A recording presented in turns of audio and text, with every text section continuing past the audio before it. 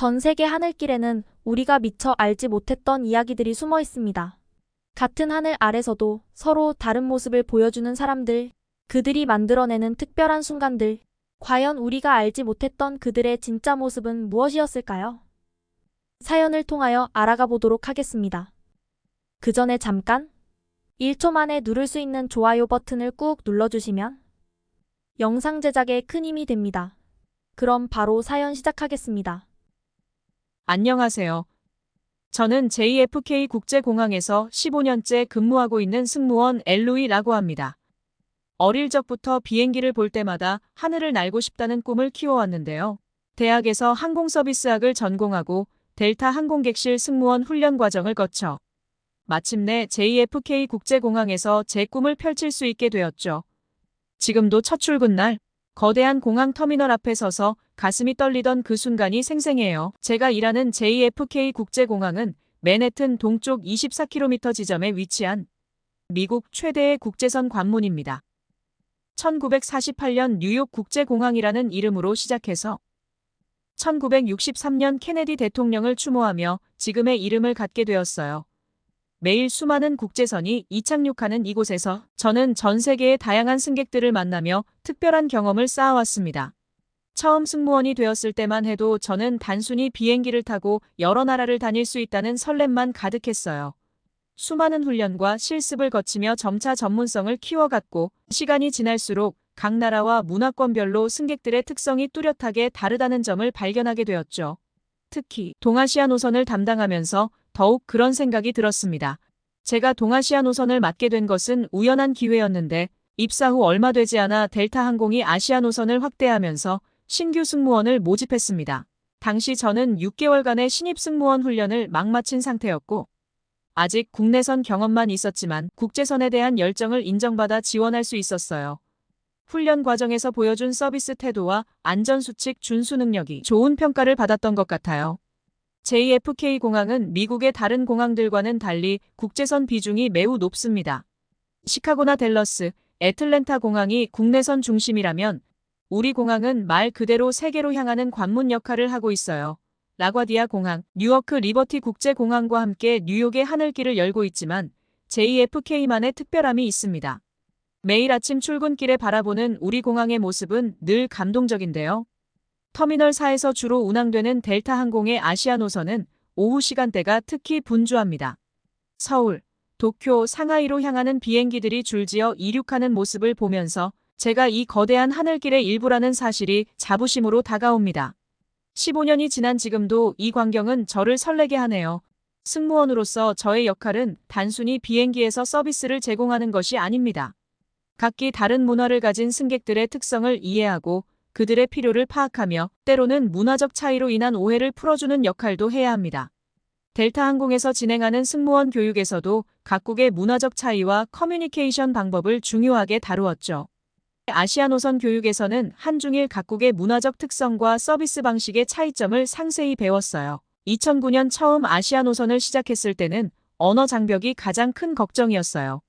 하지만 시간이 지날수록 몸짓과 표정만으로도 승객들의 니즈를 파악할 수 있게 되었고 간단한 인사말도 각국의 언어로 할 수 있게 되었습니다. 그런 의미에서 동아시아 노선은 제게 특별한 배움의 장이 되어 주었습니다. 15년간의 경험을 통해 저는 중국, 일본, 한국 승객들의 뚜렷한 특성들을 관찰할 수 있었는데 JFK에서 인천, 나리타, 푸동공항을 오가는 14시간의 비행시간 동안 각 나라 승객들의 독특한 특성과 문화적 차이를 직접 경험했어요. 처음에는 단순히 겉으로 보이는 차이점만 알았지만 시간이 지날수록 각 나라의 문화와 가치관이 승객들의 행동에 어떻게 반영되는지 깊이 이해하게 되었습니다. 제 업무 일지에는 각 나라 승객들과의 특별한 경험들이 가득합니다. 터미널 4의 아시아 노선 게이트에서 근무하면서 각국 승객들의 탑승 전 모습부터 비행 중 행동, 하차할 때의 모습까지 세세하게 관찰할 수 있었어요. 이러한 경험들은 제가 더 나은 서비스를 제공하는 데 큰 도움이 되었죠. 이제부터 제가 들려드릴 이야기는 단순한 승무원의 경험담이 아닙니다. 서로 다른 문화가 만나는 하늘 위에서 제가 관찰하고 느낀 진솔한 이야기입니다. 그 중에 한국 승객들과의 만남은 제 승무원 경력에 특별한 의미를 남겼습니다. 제가 처음 맡게 된 국제선은 중국 노선이었어요. 델타항공의 신입 승무원 훈련 과정에서 상위 5%의 성적을 받은 덕분에 2009년 상하이와 베이징 노선 징편 때 최우선 배정 기회를 얻었습니다. 당시 저는 국제선에 대한 열정이 가득했고 JFK 푸동 노선의 첫 비행을 앞두고 밤새 중국 문화와 기본 회화를 공부했던 기억이 납니다.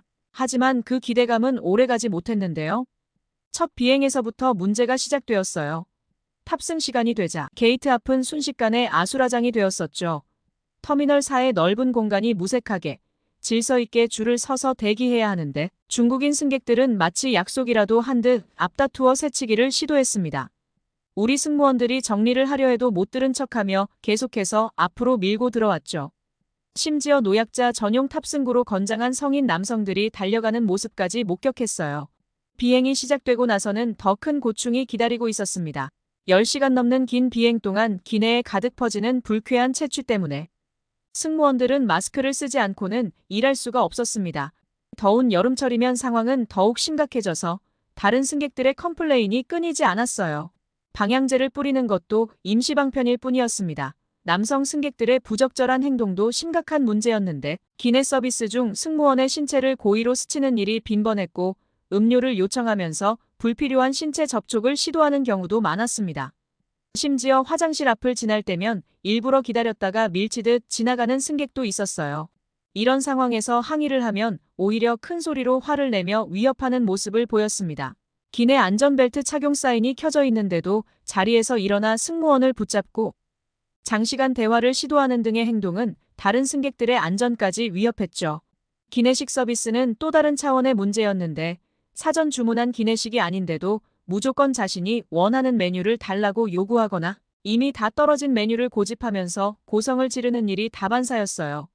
알코올 음료를 과도하게 요구하면서 거절하면 승무원을 협박하는 듯한 태도를 보이는 승객들도 있었죠. 한 승객은 기내식 서비스가 끝난 후에도 계속해서 추가 식사를 요구하며 다른 승객의 몫까지 달라고 떼를 쓰는 경우도 있었습니다. 식사 중에는 주변 좌석에 음식을 흘리고도 전혀 신경 쓰지 않았고 쓰레기를 바닥에 그대로 버리는 등 기본적인 매너조차 지키지 않았습니다.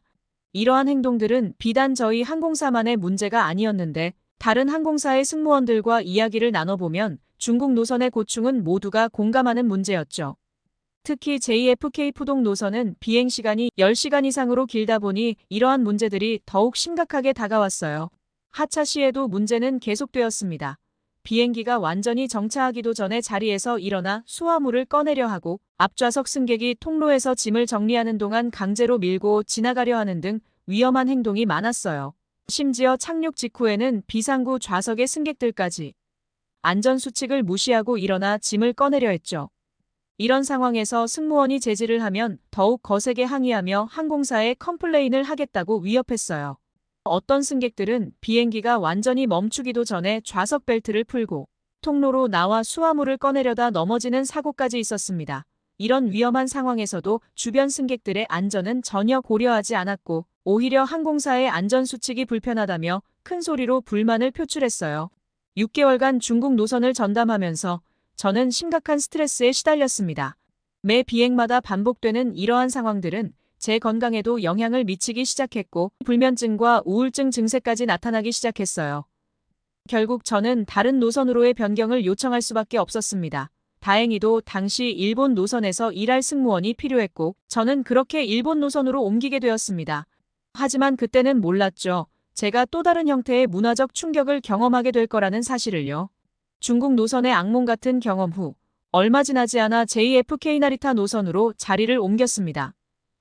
일본은 예의와 친절함으로 유명한 나라였기에 처음에는 정말 기대가 컸어요. 델타 항공의 신입 교육에서도 일본의 서비스 문화를 벤치마킹 사례로 자주 언급했고 저 역시 이번에야말로 제대로 된 국제선 경험을 할 수 있을 거라 생각했죠.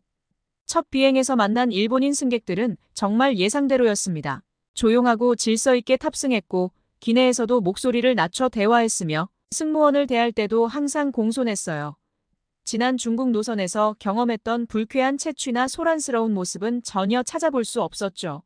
마치 고급 레스토랑에 온 듯한 예절과 매너를 보여주었습니다. 하지만 이런 평화로움은 오래가지 않았는데요. 착륙 후 항공사에 접수되는 컴플레인의 수가 비행 횟수만큼 쌓여갔어요.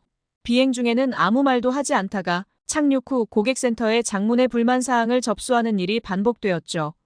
더 황당한 것은 그 내용이었습니다. 심지어 일부 승객들은 SNS에 장문의 글을 올려 항공사의 서비스를 비난하기도 했는데 그 내용 대부분이 사실과 달랐습니다. 현장에서 전혀 문제 제기하지 않았던 내용들이었죠. 승무원이 음료를 건넬 때 미소가 부족했다. 기내식 서빙 시 트레이를 내려놓는 각도가 불편했다. 질문에 답할 때 고개를 숙이는 각도가 불충분했다 등 지나치게 사소한 것들까지 문제 삼았습니다. 심지어 승무원의 걸음걸이가 거슬린다. 승무원의 유니폼 주름이 완벽하지 않다. 승무원의 향수 냄새가 너무 강하다 등 비상식적인 컴플레인까지 있었어요. 서비스 매뉴얼에 정확히 명시된 대로 행동했음에도 이런 터무니없는 불만이 계속되었습니다. 기억에 남는 사건은 3시간 연착이 있었던 날이었는데 그날은 기상 악화로 인한 불가피한 상황이었고 우리는 최선을 다해 상황을 설명하고 승객들을 케어했습니다. 무료 음료와 간식을 추가로 제공하고 개인별로 찾아가 상황을 설명했죠. 일본인 승객들은 겉으로는 이해한다는 듯 웃으며 고개를 끄덕였지만 다음 날 항공사에는 수십 건의 컴플레인이 쏟아졌어요. 승무원들이 충분한 정보를 제공하지 않았다. 대책이 미흡했다. 보상이 불충분했다 등 사실과 완전히 다른 내용이었습니다. 이런 이중적인 태도는 승무원들의 평가에도 심각한 영향을 미쳤어요. 서비스 평가 점수가 급격히 떨어졌고 그로 인해 저희의 인사고과에도 큰 타격을 받았습니다. 승진이 지연되는 것은 물론 성과급도 30% 이상 삭감되었죠. 심지어 몇몇 동료들은 이런 스트레스로 인해 우울증 진단을 받고 직장을 그만두기도 했어요. 매달 진행되는 서비스 평가 회의에서는 항상 일본 노선이 최하위 점수를 기록했고 이는 승무원들의 사기를 크게 떨어뜨렸습니다. 더욱 힘들었던 것은 이런 문제를 해결할 방법이 없다는 점이었어요. 직접적인 불만 제기가 없으니 현장에서 개선할 기회조차 없었고 뒤늦게 접수되는 컴플레인은 이미 돌이킬 수 없는 상황이 되어버렸습니다. 매 비행마다 승객들의 표정을 살피며 혹시 불만이 있는지 노심초사했지만 웃는 얼굴 뒤에 숨겨진 불만을 파악하는 것은 불가능했죠. 가장 힘들었던 것은 항해 내용이 실제 상황과 너무 달랐다는 점입니다. 저희가 최선을 다해 제공한 서비스가 완전히 다른 이야기로 왜곡되어 돌아오는 것을 보며 무력감을 느꼈어요. 결국 1년여간의 일본 노선 근무 후 저는 다시 한번 노선 변경을 결심했습니다. 동료 승무원들도 저와 비슷한 심정이었고 같이 일하던 일본어 특기 승무원 중 절반 이상이 다른 노선으로 옮기거나 퇴사를 선택했어요. 회사에서도 이런 상황을 심각하게 받아들여 일본 노선 서비스 매뉴얼을 전면 개정하는 등의 노력을 기울였지만 근본적인 해결책이 되지는 못했죠. 이번에는 한국 노선으로 옮기게 되었는데 솔직히 많은 걱정이 있었어요. 또 다른 문화적 충격을 겪게 되지 않을까 하는 두려움도 있었죠. 하지만 그때는 몰랐습니다. 제가 곧 최고의 노선을 만나게 될 거라는 것을요. 다음해 저는 한국 노선으로 자리를 옮기게 되었습니다. 당시 델타항공이 인천국제공항과의 협력을 강화하면서 한국어가 가능한 승무원을 찾고 있었고 제가 기초적인 한국어를 할 수 있었기에 지원할 수 있었죠. 매년 증가하는 한국 노선 수요에 맞춰 한국어 구사 가능한 승무원이 필요했던 시기였습니다. 솔직히 처음에는 많은 걱정이 있었어요. 또 다른 문화적 충격을 겪게 되지 않을까 하는 두려움이었죠. 그러나 첫 비행부터 저의 걱정은 기우였다는 것을 깨달았습니다. 탑승 시간 2시간 전부터 한국 승객들은 이미 게이트 앞에 도착해 있었고 놀랍게도 모두가 자발적으로 질서 있는 줄을 만들어 서 있었어요. 더욱 인상적이었던 것은 그들의 외모와 복장이었죠. 마치 비즈니스 클래스 승객들처럼 깔끔하고 단정한 모습이었습니다. 심지어 게이트 주변을 깨끗이 정리하고 다른 승객들을 위해 자리를 양보하는 모습까지 보여주었죠. 보안 검색대에서는 더욱 놀라운 광경을 목격했습니다. 다른 국적의 승객들이 허둥지둥 준비하는 동안 한국 승객들의 검색대 통과는 마치 잘 짜여진 안무처럼 순조로웠어요. 특히 노약자나 어린아이가 있는 가족을 먼저 보내주고 서로 도와가며 짐을 옮기는 모습은 정말 인상적이었습니다. 기내에서의 모습은 더욱 감동적이었는데요. 탑승과 동시에 재빠르게 짐을 정리하고 자리에 착석하는 모습. 승무원의 안내방송이 나오기도 전에 안전벨트를 매고 전자기기의 비행기 모드를 켜는 모습은 15년 경력의 제가 봐도 놀라울 정도였어요. 아이를 동반한 가족의 경우 부모님들이 미리 준비한 장난감과 간식으로 아이들을 잘 달래며 다른 승객들에게 피해가 가지 않도록 세심하게 신경 쓰는 모습이 인상적이었습니다. 또 하나 인상 깊었던 것은 승무원을 대하는 태도였습니다. 항상 감사합니다라는 말과 함께 고개를 숙여 인사하는 모습, 무언가를 요청할 때도 죄송하지만이라는 말을 먼저 하는 예의 바름은 이제까지 제가 만난 어떤 승객들과도 달랐어요. 심지어 저희가 실수를 했을 때도 따뜻한 미소로 이해해 주시는 모습에 종종 감동받곤 했죠. 한 번은 제가 실수로 음료를 쏟았을 때 오히려 승객분이 저를 걱정해 주시며 티슈를 건네주신 적도 있었습니다. 서비스 제공 시에도 한국 승객들은 달랐어요. 기내식이 떨어져 대체 메뉴를 제공해야 할 때도 전혀 불평 없이 받아들였고 오히려 저희를 걱정해 주시는 분들도 계셨습니다. 비행시간이 긴 만큼 피곤할 텐데도 승무원들을 배려하는 모습은 정말 감동적이었죠. 한 승객은 저희가 바쁜 것을 보고 천천히 하세요. 서두르지 마세요라며 격려해 주시기도 했어요. 이런 따뜻한 말 한마디가 얼마나 큰 힘이 되는지 그들은 잘 알고 계신 것 같았습니다. 착륙 시에도 그들의 질서의식은 빛났습니다. 비행기가 완전히 정차하고 안전벨트 표시등이 꺼질 때까지 자리에서 일어나는 사람이 없었고 앞 좌석부터 차례대로 내리는 모습은 마치 군대에 훈련된 병사들 같았어요. 더욱 놀라운 것은 좌석에 쓰레기 하나 남기지 않고 깨끗이 정리하고 가는 모습이었죠. 또한 주변 좌석의 쓰레기까지 함께 치우고 가는 승객들도 있었습니다. 중국과 일본 경험 중 또 달랐던 것은 하차 시에도 서로를 배려하는 모습이었어요. 짐을 꺼내기 어려워하는 노약자를 도와주고 아이가 있는 가족이 먼저 내릴 수 있도록 자발적으로 양보하는 모습들을 자주 볼 수 있었죠. 한 번은 수화물 칸에서 짐을 꺼내다가 다른 승객의 물건을 떨어뜨린 승객이 있었는데 바로 사과하고 정중하게 주워주는 모습에 감동받은 적도 있었습니다. 이런 경험들이 쌓이면서 저는 점점 한국 노선에 애착을 갖게 되었어요. 다른 노선에서는 볼 수 없었던 따뜻한 배려와 세심한 매너는 제 15년 승무원 경력에 새로운 의미를 더해주었죠. 이제부터 들려드릴 감동적인 에피소드는 제가 왜 한국 노선을 최고로 꼽는지 잘 보여줄 것 같네요.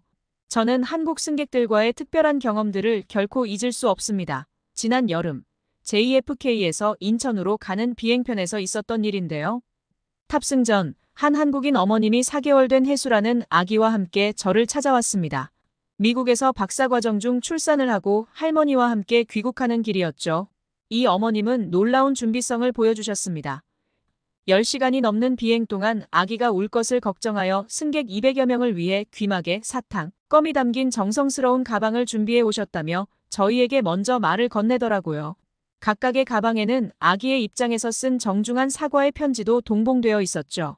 편지에는 안녕하세요. 제 이름은 혜수라고 해요. 저는 4개월이고 오늘 엄마 할머니와 함께 한국으로 비행기 여행을 갑니다. 첫 여행이라 떨리고 조금 무서워요. 저는 깜짝 놀라면 울거나 소리를 내는 것이 보통입니다. 하지만 침착하려고 노력할 것이에요. 약속할 수 없지만 신경 쓰일 당신을 위해 우리 엄마는 이 봉투를 준비했어요. 여기엔 과자 몇 개랑 귀마개가 들어있어요. 저 때문에 너무 시끄러우실 땐 이 귀마개를 이용해 주세요. 즐거운 여행 되시고요. 감사합니다. 15년간 수많은 아기 동반 승객을 봐왔지만 이런 세심한 배려는 처음이었어요. 그 정성스러운 준비와 겸손한 마음가짐에 저뿐만 아니라 모든 승무원들이 깊은 감동을 받았죠. 이런 작은 친절이 긴 비행을 얼마나 따뜻하게 만들 수 있는지 그날 저는 다시 한번 깨달았습니다. 14시간의 비행 동안 아기가 울 때마다 일어서서 달래시는 모습, 주변 승객들에게 계속 죄송하다며 인사하시는 모습에 저희 승무원들도 깊은 감동을 받았어요. 다른 승객들 역시 젊은 엄마가 더 힘들 텐데 너무 신경 쓰지 마세요라며 오히려 위로해 주었죠. 그 어머님은 비행이 끝날 때까지 한시도 쉬지 않고 아기를 달래며 다른 승객들을 배려하셨고 하차할 때도 다시 한번 죄송하다며 인사하셨어요. 이런 진심 어린 모습에 많은 승객들이 오히려 박수를 보내기도 했습니다. 이러한 한국 승객들의 배려심과 매너는 다른 상황에서도 빛을 발했는데 예상치 못한 연착 상황에서 그들의 대처는 정말 인상적이었어요. 한 번은 3시간 연착이 발생했을 때였는데 다른 나라 승객들이 고성과 항의로 소란을 피우는 동안 한국 승객들은 차분히 모여 정보를 공유하고 해결책을 찾았습니다. 영어를 못하는 외국인 승객들을 위해 통역까지 자청하는 모습에서 그들의 성숙한 시민의식을 볼 수 있었어요. 어떤 상황에서도 침착함을 잃지 않고 서로를 배려하는 모습은 제게 큰 감동을 주었습니다. 입국 신고서 작성에서도 한국 승객들의 준비성과 배려심이 돋보였는데요. 대부분 자신의 펜을 가지고 있었고 서류 작성도 신속 정확했습니다. 더욱 감동적인 것은 주변의 외국인들이 어려워할 때면 자발적으로 나서서 도와주는 모습이었어요. 어르신이나 영어가 서툰 승객들을 위해 친절히 설명해주고 심지어 대신 작성까지 해주는 모습을 보며 가슴이 따뜻해졌습니다. 한 젊은 승객은 자신의 입국 신고서를 다 작성하고도 주변 3명의 외국인 승객들을 차례로 도와주는 모습을 보였는데 그들이 영어를 전혀 모르는 상황에서도 끝까지 인내심을 가지고 설명해주는 모습이 인상적이었습니다. 이런 배려심은 응급 상황에서 더욱 빛을 발했어요. 한 번은 비행 중 중국인 승객이 갑자기 실신했는데 우연히 탑승해 있던 한국인 의사가 즉시 응급처치를 시작했습니다.